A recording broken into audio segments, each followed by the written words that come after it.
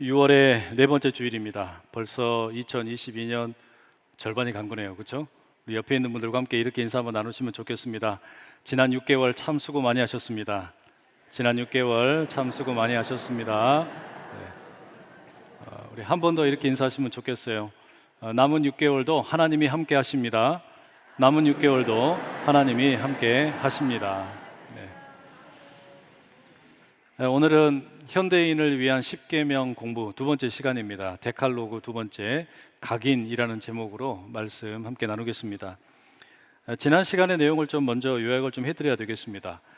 우리는 10계명이 단순한 명령이 아니다라고 말씀을 함께 나누었죠. 10계명은 일종의 언약입니다. 약속인 것이죠. 하나님의 몫이 있고 우리의 몫이 있어요. 우리의 몫은 하나님의 말씀을 잘 듣고 순종하는 것이고, 하나님의 몫은 하나님의 백성인 우리를 잘 지켜주시고 보호해 주시고, 그리고 우리를 결국에는 거룩한 백성으로 만드시는 거예요. 진정한 자유자가 되게 하는 겁니다. 그래서 여러분, 이 10계명의 주제는 자유라는 말씀을 드렸습니다. 이스라엘이 애굽에서 벗어나서 신분상으로는 자유를 얻었지만 여전히 생각이 자유인답지 못하고 삶의 방식이 자유인답지를 못하는 거예요. 그래서 하나님께서 모세를 통해 이스라엘에게 10계명을 주셨습니다. 하나님의 사람답게 인간의 아름다운 자유를 누리며 살아라. 그게 일종의 10계명의 의미이고 하나님의 지혜가 담긴 10계명이라 할 수 있겠습니다. 그런데 안타깝게도 하나님께서 시내산에서 모세에게 이 10계명의 말씀을 수여하고 계실 때에 그 산 아래에서 이스라엘 사람들은 아론에게로 달려가서 금 송아지를 만들게 됩니다. 그게 우리를 애굽에서 구원해낸 신이라고 경배하고 예배합니다. 이로 인해서 하나님이 분노하시죠. 그리고 첫 번째 돌판은 부서져 버리고 맙니다. 하지만 하나님께서는 이스라엘을 포기하실 수가 없어요. 왜냐하면 하나님께서 이스라엘을 자기 백성으로 삼으셨기 때문입니다. 그렇게 약속을 하셨기 때문이에요. 그래서 하나님께서는 두 번째 돌판을 허락하십니다. 모세를 다시 부르셔서 두 번째 돌판에 10계명의 말씀을 새겨주시고, 기필코 내가 이 백성을 내 백성으로 삼으시겠다고, 거룩한 백성 삼으시겠다고, 신분상의 자유만이 아니라 자유가 그의 생각 속에, 그 자유가 그들의 삶의 방식 가운데 온전히 새겨지도록 이끄시겠다 또 다짐하십니다. 자, 그리고 이제 오늘 우리는 이 10계명의 첫 번째 말씀을 마주하게 됩니다. 3절의 말씀 한번 같이 읽어보실까요? 시작. 너는 나 외에는 다른 신들을 네게 두지 말라. 여러분, 이 말씀의 의미가 뭘까요? 흔히 연인 사이에서 딴 여자에게 눈길 주면 죽어 뭐 아니면 딴 남자 쳐다보기만 해도 혼나, 뭐 이와 같은 어떤 귀여운 투정처럼 읽힐 수도 있습니다. 하나님과 이스라엘 사이에 언약을 맺었으니까 그 약속의 당사자끼리 그와 같은 어떤 느낌이 주고받는 거 나쁜 건 아니죠. 또 그렇게 읽는 것이 틀린 것은 아닙니다. 언약의 당사자라면 상대방에 대해서 신의를 지킬 줄 알아야 합니다. 그런데 이게 고대 그 근동 사회에서는 당연한 것이 아니었습니다. 고대 세계에서 사람들은 개인보다는 공동체를 훨씬 중요하게 생각했어요. 그러니까 나라는 개인보다는 가정이 더 중요했고, 나라가 더 중요했고, 민족이 더 중요했다라는 말입니다. 그래서 내 정체성이라고 하는 것은 공동체 안에 있는 자신의 위치로부터 결정이 되었습니다. 고대인들은 신들의 세계도 똑같다라고 생각을 했어요. 신들은 공동체를 이루며 살아갑니다. 이 신들은 주로 만신전에서 함께 모여서 일을 하게 되고요. 그 주요한 신들에게는 배우자가 있습니다. 신들의 운명은 철저하게 그 신들의 공동체에서 모임에서 결정이 됩니다. 그러니까 신들의 경우에도 역시 개인보다는 공동체가 훨씬 중요했다라는 말입니다. 이게 고대인들이 생각했던 신들의 세계예요. 그래서 고대인들에게는 여러 신이 존재하는 것이 조금도 이상하지를 않았습니다. 농사를 주관하는 신이 있고요, 바다를 주관하는 신이 있고요, 출산을 주관하는 신이 있고요, 전쟁을 주관하는 신이 있고, 또 내 어떤 삶의 건강을 주관하는 신이 따로 있다라고 생각을 한 겁니다. 이처럼 다양한 여러 신들이 함께 일하는 것을 당연하게 여겼습니다. 그런데 오늘 우리가 마주한 이 성경의 말씀에 보면 유독 하나님은 이상해요. 너는 나 외에는 다른 신들을 내게 두지 말라. 이 첫 번째 계명에 의하면 하나님께서는 다른 신들의 존재 자체를 부인하는 것은 아닙니다. 다른 신들이 분명히 있습니다. 그런데 이스라엘의 하나님은 그들과 절대 협력을 하지 않으시겠다는 거예요. 철저하게 홀로 이스라엘과 관계를 맺으시려고 합니다. 이스라엘의 농사 문제, 출산 문제, 배우자 문제, 자녀 문제, 부모 섬김의 문제, 이웃과의 전쟁 문제, 정치와 경제의 문제, 이 모든 것을 하나님께서 홀로 주관하시겠다는 거예요. 다른 신들에게 맡기지 않으시겠다는 겁니다. 여러분, 이게 어떤 의미일까요? 대학교를 한번 떠올려 보세요. 대학교의 대표는 누굽니까? 총장이지요. 그런데 총장이 학교 안에 있는 모든 문제에 관여하게 되고 결정하게 되면 어떤 일이 생기겠습니까? 학생이 기숙사의 룸메이트 문제를 해결하려고 총장을 찾아가고, 수업의 학점에 대해서 문의를 하려고 총장을 찾아가고, 근데 수업의 출석 내용을 정정하기 위해서 총장을 찾아간다는 거, 이런 모습을 한번 상상을 해보세요. 어떻습니까? 아니, 왜 총장이 이와 같이 자잘한 문제까지 신경을 써야 하는지, 총장이 그만한 시간과 능력이 되는지, 이게 과연 합리적인 것인지 여러분 의심이 되잖아요. 그러지 않습니까? 그런데 안타깝게도 지금 하나님께서는, 이스라엘의 하나님께서는 이스라엘에게 이와 같은 것을 요구하고 계시는 겁니다. 나 외에 다른 신들은 절대로 너에게 두지 말아라. 내가 너의 모든 인생의 문제들을 다 주관하고 다스리겠다는 거예요. 이거 여러분, 하나님이 너무 욕심이 많으신 거 아닙니까? 아니, 신들이 많이 있는데 그러면 저 다른 신들과 함께 협력을 해서 문제를 해결하시면 될 텐데, 이스라엘이 어려운 일들 같이 함께 협력하면 될 것 같은데 왜 다른 신들을 의지하지 못하게 하시는 겁니까? 왜 다른 신들에 대해서는 쳐다보지도 못하게 하시냔 말이에요. 왜 그러실까요? 오늘 본문의 말씀으로 다시 돌아가 보시죠. 우선은 이 1계명의 말씀과 두 번째 제2계명 사이에 좀 구분이 필요합니다. 왜냐하면 이 두 개가 대단히 유사하기 때문이에요. 첫 번째 계명은 너는 나 외에는 다른 신들을 너에게 두지 말아라 그러셨어요. 두 번째 계명은 뭐라고 말씀하십니까? 4절과 5절에 이렇게 되어 있죠. 너를 위하여 새긴 우상을 만들지 말고 또 위로 하늘에 있는 것이나 아래로 땅에 있는 것이나 땅 아래 물 속에 있는 것에 어떤 형상도 만들지 말며 그것들에게 절하지 말며 그것들을 섬기지 말라. 좀 비슷하죠. 그러면 이 첫 번째 계명의 본뜻은 뭐고 이 두 번째 계명은 어떤 역할을 합니까? 제1계명은 우상을 숭배하지 말라는 거예요. 그러니까 제1되는 첫 번째 계명은 다른 신을 섬기지 말아라, 그들은 우상이다, 이걸 이야기하는 거고, 두 번째 계명은 뭐냐면 하나님을 어떤 형상이 되었든지 만들지 말라는 겁니다. 여러분, 이렇게만 일단 구분을 해놓고 두 번째 계명에 대한 내용은 이제 다음 시간에 다루겠습니다. 자, 그러면 이 첫 번째 계명, 너는 나 외에 다른 신들을 너에게 두지 말아라, 우상을 섬기지 말아라, 이 말씀을 이해하려고 그러면 먼저는요, 우상이 뭔지 알아야 돼요. 그리고 어떻게 하는 것이 우상을 섬기는 것인지도 우리가 살펴봐야 되겠지요. 여러분, 우상이 뭘까요? 앞서 여러분 말씀드린 것처럼 이 이스라엘의 어떤 그 신관을 생각을 해보면 유일신론이 아닙니다. 그러니까 신은 딱 한 명밖에 없다, 이게 아니에요. 어떻습니까? 수많은 신들이 있습니다. 엄청나게 많은 다신론이 어떤 그 뭐랄까요, 배경 속에 있어요. 다만 그 가운데 최고가 누구라는 거예요? 하나님이라는 거예요. 여러분, 우리가 예배를 드리면서 성도들과 함께 인사할 때 뭐라 그럽니까? 하나님 최고 최고 이러시잖아요. 이게 무슨 의미입니까? 세상에 신적인 존재가 어마어마하게 많아요. 그런데 그들 가운데 최고가 누구냐? 하나님이 최고라는 거예요. 하나님만이 최고라는 겁니다. 이게 여러분 이스라엘이 가지고 있던 신관입니다. 그러니까 다른 신이 있다라고 하는 것을 부인하는 게 아닙니다. 신들이 있을 수 있어요. 그 중에서 최고가 누구냐면 하나님이에요.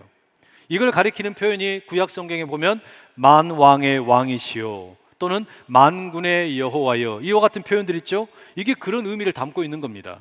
수많은 왕이 있지만 진정한 왕이신 하나님, 이런 뜻이고, 만군의 하나님, 만군의 여호와, 수많은 잡다한 신들이 있지만 진정한 신이신 하나님, 이와 같은 표현이란 말이에요. 그럼 여러분, 실상은 결국 뭐가 되는 겁니까? 세상에 수없이 많은 신이 있지만 최고의 신은 하나님밖에 없다, 이 이야기는 여러분 다시 말하면 다른 신들은 다 가짜라는 이야기예요. 다른 신들은 진짜가 아니라 다 우상이라는 이야기입니다. 그러니 다른 모든 신은 가짜이니까 그들을 의지하지 말고 내가 진짜니까 나만 의지하라. 하나님 그렇게 말씀하세요. 그러면 여러분 이렇게 질문이 생겨요. 아니 그럼 우상은 도대체 어디서 온 걸까요? 그 우상이 다 가짜라면, 다른 신들이 다 가짜라면 이건 도대체 어디서 온 겁니까? 인간이 만들었어요. 우리가 만든 거예요. 신이 만들어진 존재라는 말입니다. 자연 현상이 우상이 될 수 있어요. 고대 사람들이 태양을 섬기고 또 달을 섬기고 별을 섬겼죠. 바다를 섬겼습니다. 힘이 센 거대한 동물을 섬기기도 합니다. 왜 이와 같이 자연 세계를 섬깁니까? 그 자연 세계가 너무나 무섭기도 하고 능력이 있어 보이기 때문입니다. 예를 들어 태양이 없으면 어떤 일이 생깁니까? 동식물이 자라지를 못해요. 인간도 살 수가 없습니다. 그러니까 태양이 신이 되었어요. 태양을 숭배하는 종교가 만들어졌습니다. 이스라엘이 살았던 애굽 땅에 바로 그 태양 신이 있었지요. 바로 그와 같은 이유 때문에 태양을 숭배하는 종교가 있었다는 말이에요. 그런데 가만히 따져놓고 보니까 태양이라는 게 뭐예요? 거대한 수소 덩어리입니다. 이 수소가 계속해서 폭발을 하면서 빛을 발하고 열을 냅니다.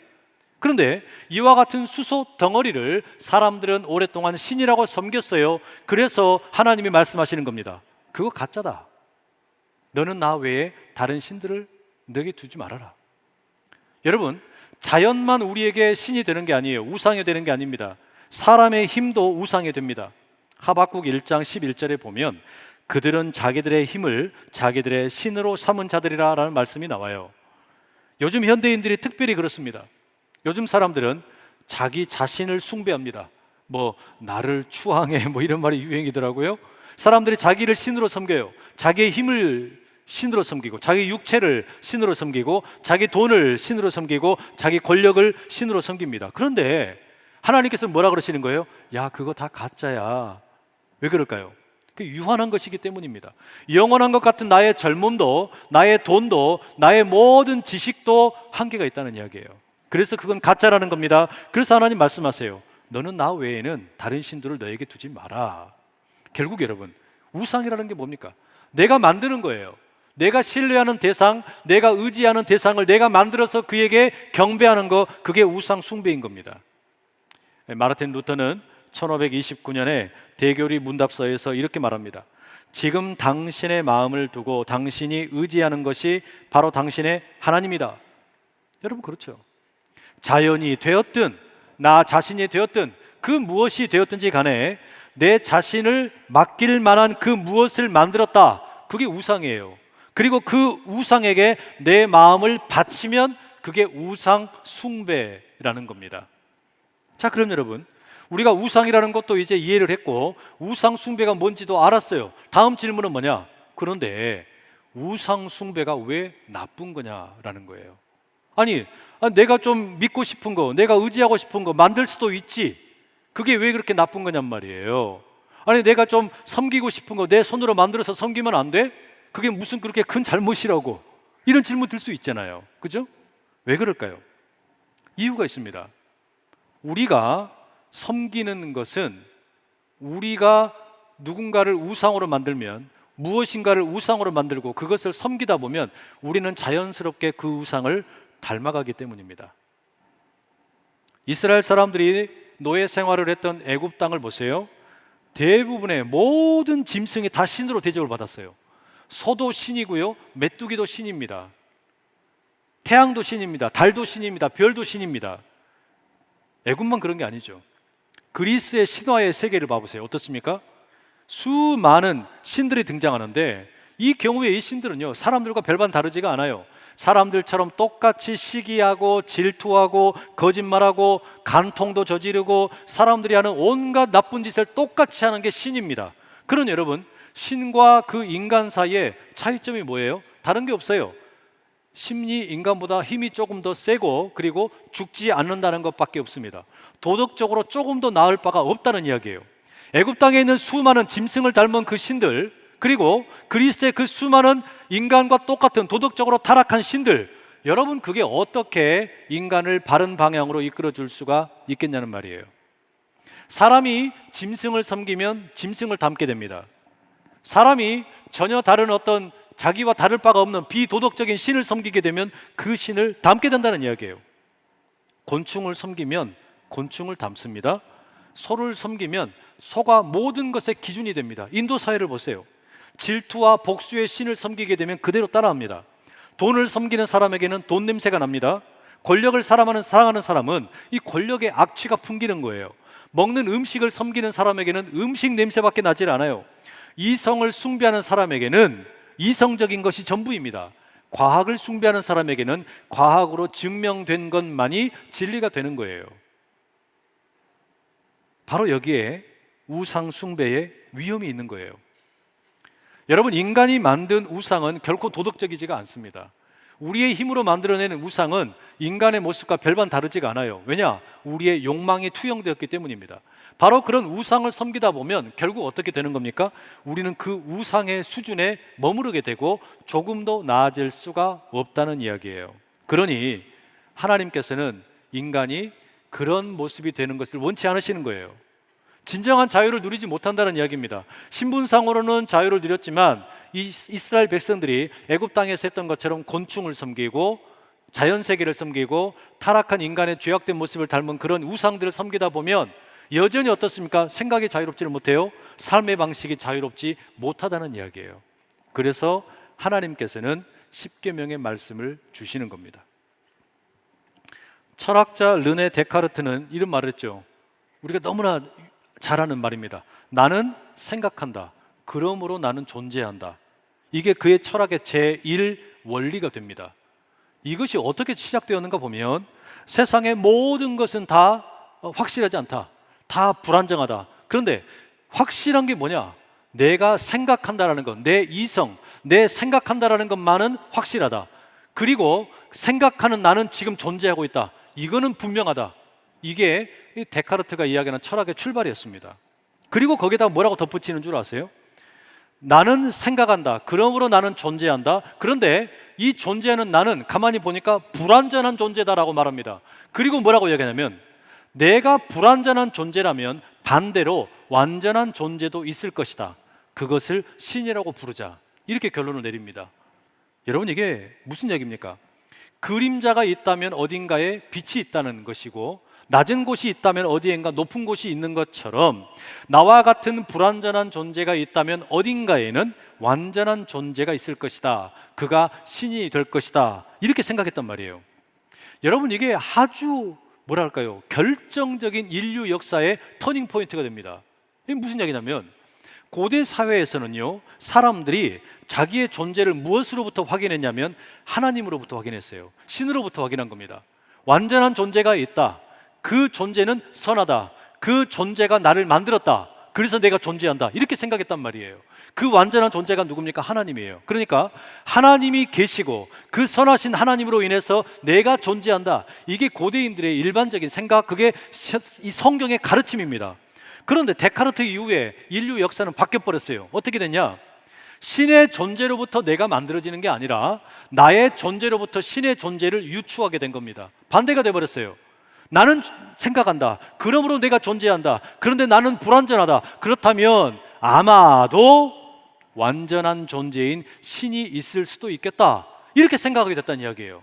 완전히 달라진 것이죠. 주객의 전도가 일어난 겁니다. 그래서 여러분, 데카르트 이후에 계몽주의 사회가 열리게 되고 인간들이 이성을 신뢰하면서 이성이 신이 됩니다. 과학이 신이 되는 세계가 들렸단 말이에요. 결국은 하나님 대신에 이성을 숭배하고 신앙보다는 과학을 의지하는 완전히 다른 세상이 열려버린 거예요. 성경과는 완전히 다른 가치체계가 이 세상을 뒤덮어버리게 되었습니다. 이게 여러분, 수많은 다음 세대가 교회를 떠나는 이유입니다. 교회에서는 뭐라고 가르칩니까?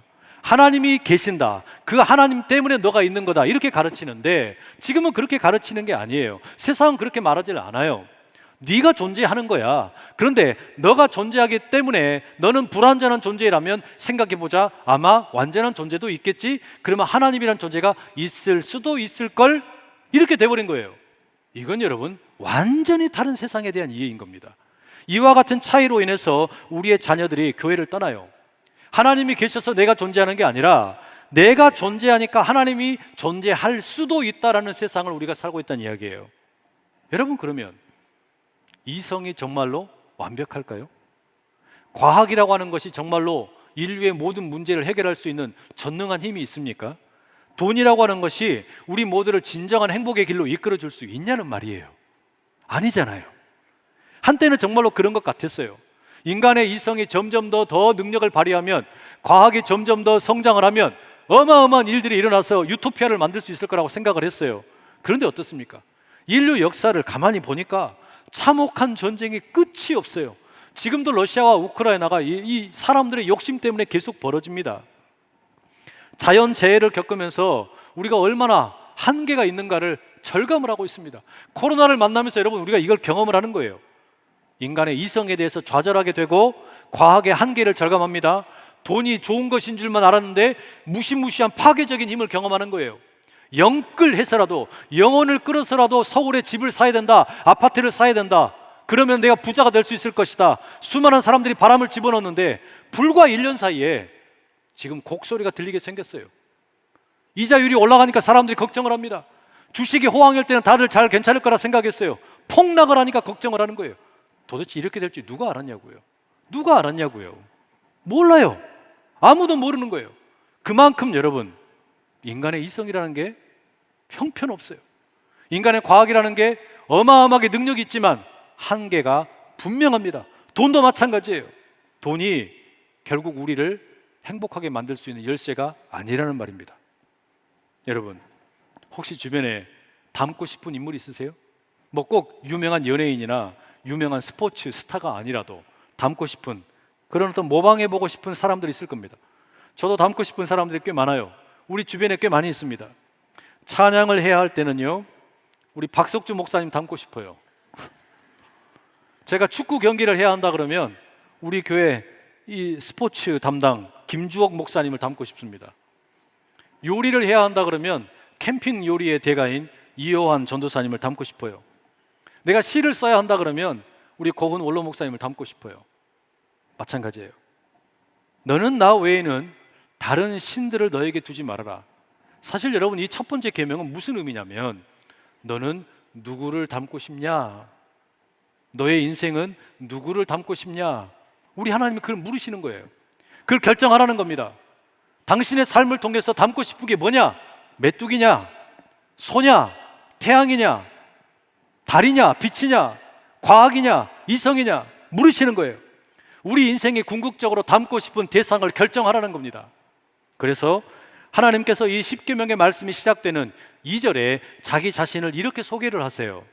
나는 너를 애굽 땅 종되었던 집에서 인도하여 낸 네 하나님 여호와니라. 이게 하나님의 자기 소개입니다. 하나님이 자기를 뭐라고 소개하십니까? 이스라엘을 애굽 땅 그 종되었던 곳에서 해방시킨 하나님이라는 거예요. 하나님은 이스라엘의 해방자입니다.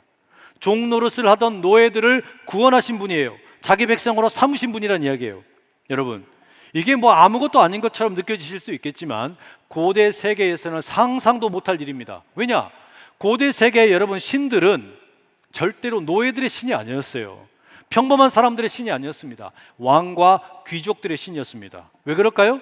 왕과 귀족들이 이 신들을 위해서 어마어마하게 커다란 신전을 지어줍니다. 그리고 거기에 매일같이 어마어마한 재물을 바치기 때문입니다. 아니, 그런데 이 이스라엘의 하나님은 지금 누구의 신이 되기로 작정했냐면 노예들의 신이 되기를 작정하신 거예요. 자유인이 아니라 자유가 없는 노예들, 종들의 신이 되기로 작정했다는 이야기입니다. 세상에 이런 경우는 없어요. 인간이 만들어낼 수 없는 종류의 신이라는 이야기예요.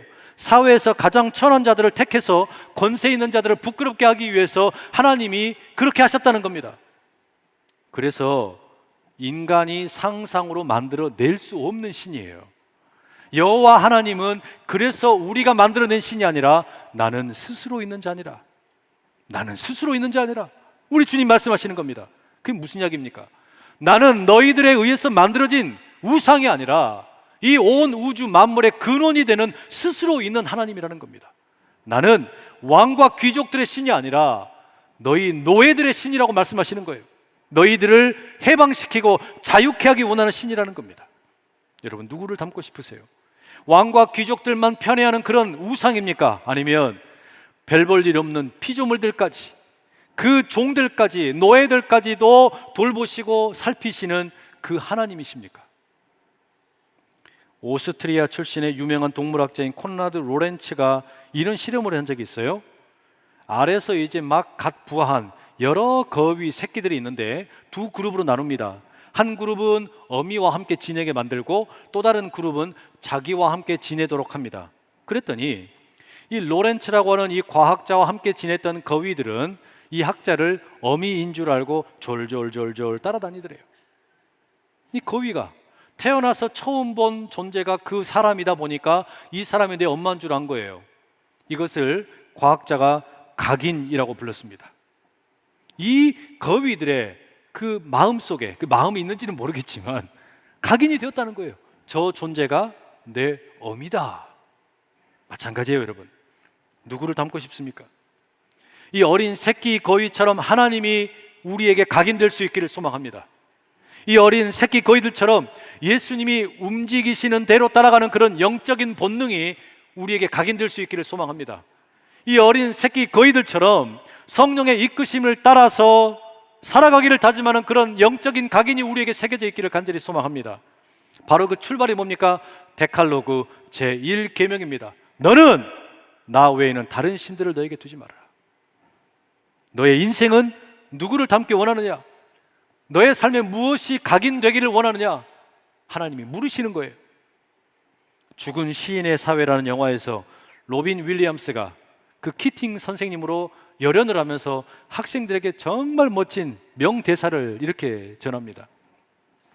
그 누구도 아닌 자기 걸음을 걸어라. 나는 독특하다는 것을 믿어라. 누구나 몰려가는 줄에는 설 필요가 없다. 자신만의 걸음으로 자기 길을 가라. 바보 같은 사람들이 뭐라고 비웃든 간에 아주 멋진 대사를 날려요. 그런데 이거를 우리가 성경의 입장에서 조금 바꿔보자면 이런 의미가 되는 거예요. 어둠이 아니라 빛 가운데로 걸어가라. 빛이라는 것이 독특하다는 것을 믿어라. 누구나 몰려가는 줄에는 설 필요가 없다. 자신만의 걸음으로 예수의 길을 걸어가라. 바보 같은 사람들이 뭐라고 비웃든 간에 여러분, 여러분의 걸음걸음, 빛을 향하여 걸어가는 그 걸음, 예수님을 따라가는 그 걸음, 우리의 삶 가운데 하나님이 새겨져서, 예수님이 새겨져서, 성령께서 새겨져서 그렇게 독특한 걸음걸음을 걸어갈 수 있는 저와 여러분 다 될 수 있기를 간절히 축복합니다. 기도하겠습니다. 사랑하는 하나님 아버지, 우리의 인생에 누구를 닮아가야 할까요? 하나님을 닮기 원합니다. 하나님께서 이 땅에 보내주신 예수 그리스도를 닮기 원합니다. 예수님이 우리 가운데 각인되기를 소망합니다. 하오니 하나님께서 주신 첫 번째 말씀, 너는 나 외에는 다른 신들을 내게 두지 말라는 하나님의 음성 가운데 귀 기울이며 온전히 주님만 뒤따르는 하나님의 백성들 되게 하여 주시옵소서. 예수 그리스도의 이름으로 기도드립니다. 아멘.